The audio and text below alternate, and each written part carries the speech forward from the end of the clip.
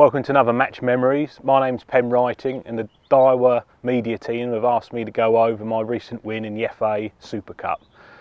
If you don't know about the competition, a bit background of the competition in itself. The Fishing Association Supercup is a competition where you fish one-on-one against another match angler inside another open match. So you're not just fishing one-on-one, you two on the bank. You fish a normal open match, but within that open match, you fish against another person, and who gets the highest weight on that day gets through to the next round. Simple as that. So, without boring you with all the details of the whole lengthy competition, basically there's 5 or 6 rounds depending on which region you're in. So it's all localised within a region, so you shouldn't have to travel too far, which is a nice benefit to the competition itself. So you whittle it down. It's a knockout competition, so it's whittled down, and eventually you end up with a region winner. And I was lucky enough to be the region winner of the South Central, I think it was, region this year. So I'm now through to a final against all the other region winners. So it's a 21 peg final up at Woodlands Lakes in Thirsk, which is a long way from where I live. It's sort of 260 or 70 miles, something like that. What else was kicking off in September? Everything sort of culminates in September in the match fishing world, as I'm sure you know. So it was a busy time of year. I didn't get any time to get up there and practice, but I've got a few trusted pals that either go there quite a bit or had been there on a festival in the run up to the final. So I gave them a call. They dished up some useful information, luckily. So big thanks to those guys. They know who they are. And from what I could make out about Woodlands Lakes, it sounded brilliant, to be honest. Big carp fishing, which I really enjoy and do a lot of around where I live in the south, so I'll be able to take my sort of slant on the tactics, my favourite tactics, and use them up there. Sounded like there'd be a few pegs in the mix depending on which way the wind was. Just sounded nice all round, to be honest. I was really looking forward to getting up there. So the draw for this competition, or for this final should I say, is the night before. So I was staying with a few of the other guys, good friends, Robbie Taylor, Mikey Williams, and another guy, Daiwa guy, Tom Edwards. We were sort of pooling a bit of information, chatting about it quite a bit. And come the night of a draw, I didn't really know where he wanted to be honest, because, as I say, I've not fished there, but from what the pegging looked like, and having fished quite a few lakes like this in the past, i.e. sort of rectangle lakes that have got M pegs, you know, they're an obvious want for anyone.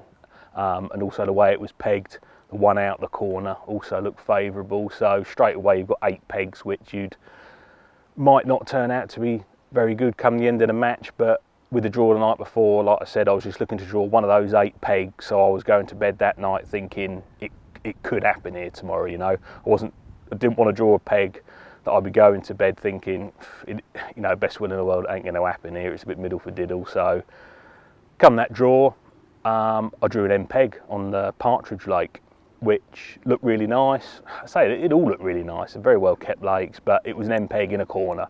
So I'm going to bed that night thinking I could well be in the mix here tomorrow. So I'm up early on Saturday, day of the final finishing touches on my gear. I did give Adam Richards a ring in the morning, real good local guy, which I'm sure a lot of you will be familiar with Adam. You know, he's a brilliant angler, real nice guy, and he gave me a few little extra pointers, just exactly where to sort of fish on the pole, and he was spot on, to be fair, so big thanks to him. So I made up a few more rigs in the morning, got them on my top kits ready to rock and roll, because I knew what peg I was fishing, obviously, and get to the lake about 8:30, and the wind was blowing up my end. So to be quite honest with you, it looked ideal. If I could have picked a peg, I would have picked either the peg I was on. My good mate Mikey Williams was next to me, one out of the corner. He's looked very nice as well, a few fish topping around us. And obviously you also would have fancied the corresponding pegs on the lake behind us, the Skylark Lake. It turned out it was a bit harder, that lake, on the day, but it all looked nice up the windward end of the lake. I had been on another big match the week before, the Fish South final, where the fish didn't necessarily follow the wind, because it's that changing time of year when all things starting to calm down. You know, fish often stay off the back of the wind, as you well know. So I did have that in the back of my mind, that it might not be brilliant. So I did start quite cautious. And my general plan for the day was always try to be quite loose and sort of let the fish tell you where and when and how to feed. But obviously with this MPEG advantage, it had to play quite a big part in my match. If I'm, the way I'm thinking is if I'm having to face out into the main boulder lake, I'm not gaining an advantage from this MPEG. So the main port of call was up the bank on the pole at sort of 12 metres, real nice spot, nice bottom, quite a flat bottom, and it wasn't undercut too much, sort of had a good feel along the edge. Looked a really nice spot. That was the spot that Adam tipped me off about. Rigged up a method feeder rod, just with like a little 30 gram ends on method, little 9-foot rod, little sample rod that we're getting up together at the minute. Because it wasn't a far cast, sort of 20-25 metres, I'll be looking to chuck that. But to be honest, that was, if I'm having to pick up that rod, it's to rest my pole up the bank swim. That, it wasn't going to be my main port of call, that.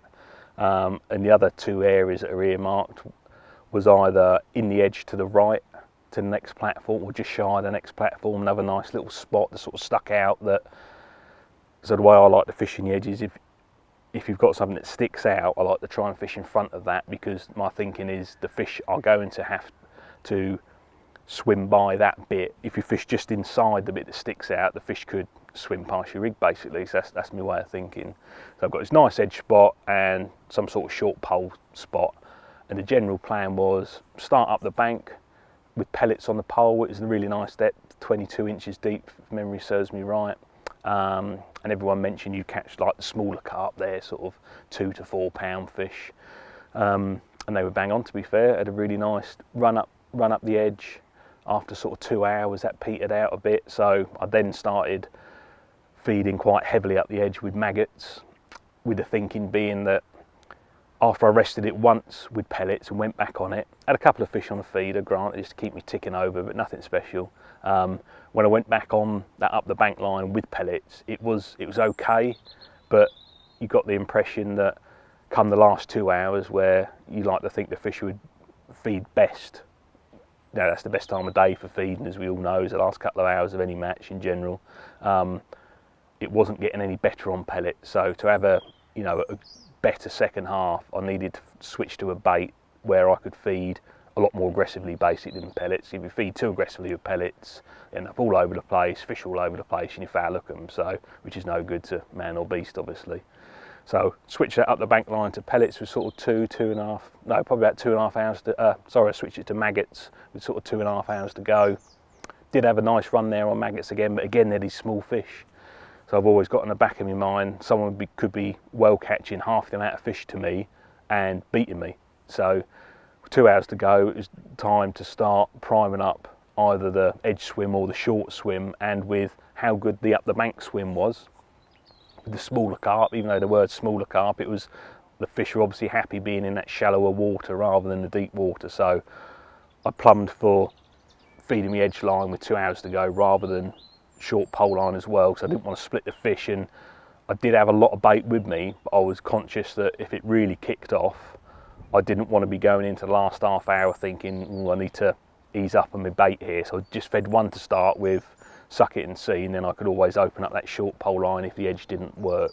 Turned out the edge, it was fine just fishing in the edge. I never had to fish that short pole line. So 2 hours to go, probably about 90 minutes to go actually. I hooked my first one in the edge, completely different fish to the one I've hooked up the bank. The fish up the bank were 3 to 5 pound.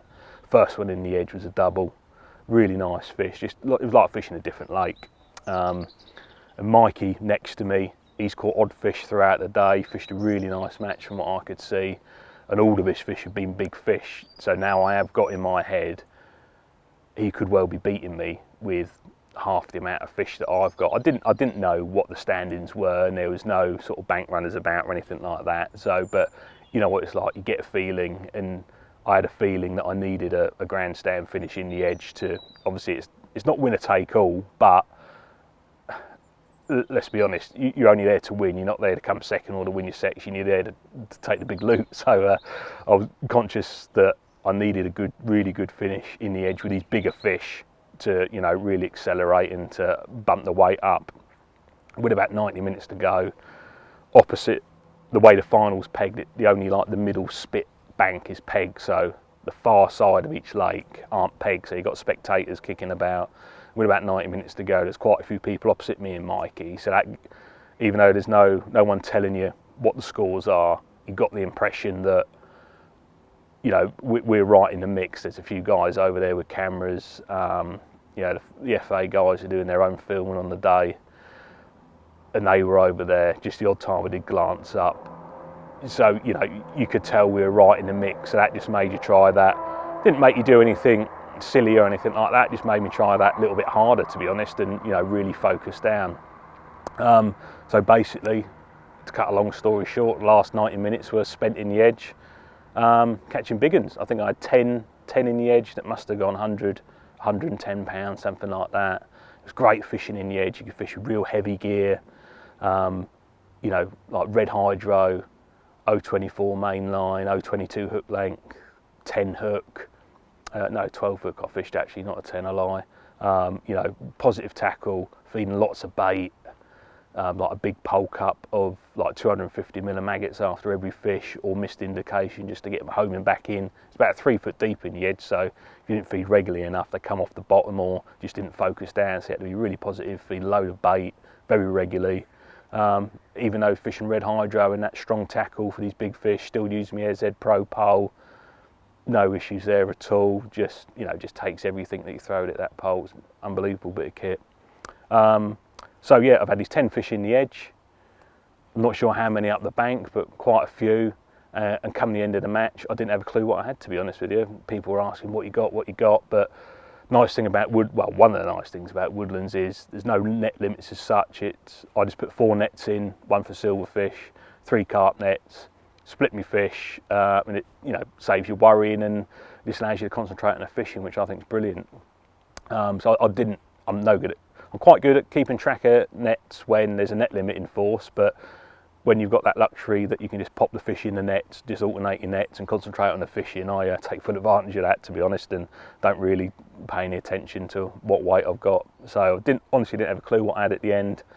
But as I say, it gave the game away a bit with 90 minutes to go. The last 90 minutes, when a bit of a crowd gathered opposite, so it looked like it was between me and Mikey, and we were the last 2 to weigh as well.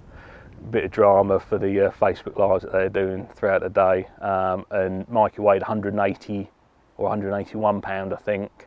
My nets totaled up 246, so in the end it was quite a bit clear, but unbeknown to me at the time, and come the way in, to be honest, you could have knocked me over with a feather. It was a strange feeling, brilliant feeling. I don't do a lot of these big money competitions now myself. I've got a young family, so I'm conscious not to leave them too much at the weekend, and where I live in the south, to do any other big qualifying events for these like big purse winner take all, or, you know, big winner finals, a lot of the qualifiers are sort of 2.5 hours plus from home, so it's not something I do a lot. But this competition does allow me to try and get through to a final, which is worth a lot of money, but stay relatively close to home. So for me and quite a lot of the other guys in the south, it's a brilliant and very welcome competition.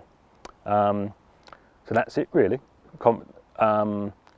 It was presented there on the day, nice big check, nice big trophy, and off I trotted back down the M1 with a big smile on my face.